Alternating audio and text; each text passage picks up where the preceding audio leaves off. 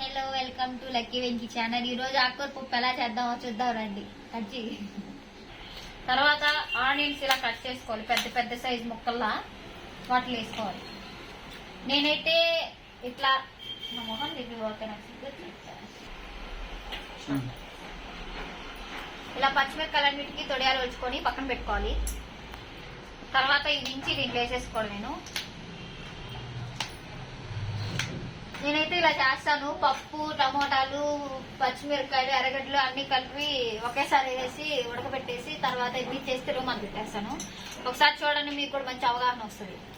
ఒకసారి ట్రై చేయండి కూడా ఖచ్చితంగా, చాలా మంచి టేస్ట్ వస్తుంది. తర్వాత ఆకుకూర ఏంటంటే మామూలుగా స్లైస్ లా కట్ చేసుకోవడమే. తర్వాత ఒకసారి నీళ్ళలో గుంజుకొని పక్కన పెట్టుకొని కాసేపు ఆరిన తర్వాత పప్పులో వేసి ఒక పసుపు, ఒకరు చింతపండు వేసి పక్కన పెట్టేసుకుంటే పొయ్యి మీద పెట్టేసుకుంటే బాగా ఉడికి మెత్తగా అయిన తర్వాత తగ్గించేసుకొని తిరుమల వేసుకుంటే సరిపోయింది. తర్వాత హ్యాండ్ వాష్ చేసుకొని మన కత్తిని కూడా నీట్ గా క్లీన్ చేసుకోవాలి. చాకుని కూడా క్లీన్ చేసుకొని పక్కన పెట్టుకుంటే తర్వాత ఆకుకూర తీసుకుందాం. ఆకుకూర కాదు, ఇది పాలకూర. పాలకూరనైతే దీనికి ఏదో థ్రెడ్ కట్టున్నారు. థ్రెడ్ కట్ చేసుకోవడం. మై గాడ్, ఎంత పట్టుందో దీంట్లో.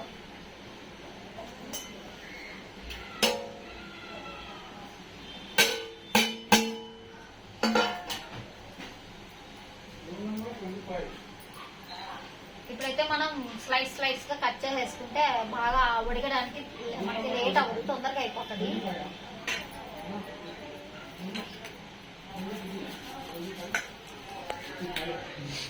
అక్కడంతా మట్టి ఉంది కాబట్టి సొగటి సొగం కట్ చేసేస్తున్నాను.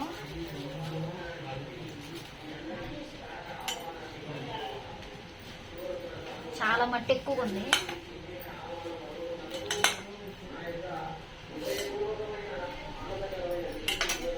చాలా బాగా వచ్చింది.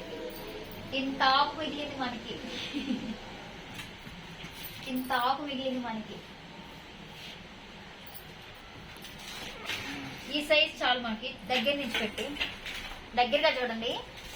ఈ సైజులో కట్ చేసుకుంటే పువ్వుల మధ్యలో మట్టి బాగా చూపిస్తుంది. అది మొత్తం క్లీన్ చేసుకోవాలి.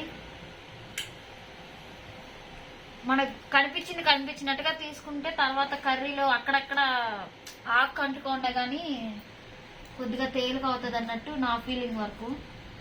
మీరు ఎలా చేస్తారో కామెంట్ చేయండి ఖచ్చితంగా. ఆకును ఎలా క్లీన్ చేస్తారు, ఎలా కట్ చేస్తారు అనేది ఖచ్చితంగా కామెంట్ చేయండి. నాదేమన్నా లోటుపాటున్నా నాకు చెప్పండి. ఈసారి చేసేటప్పుడు ఇంకొంచెం బాగా చేస్తాను.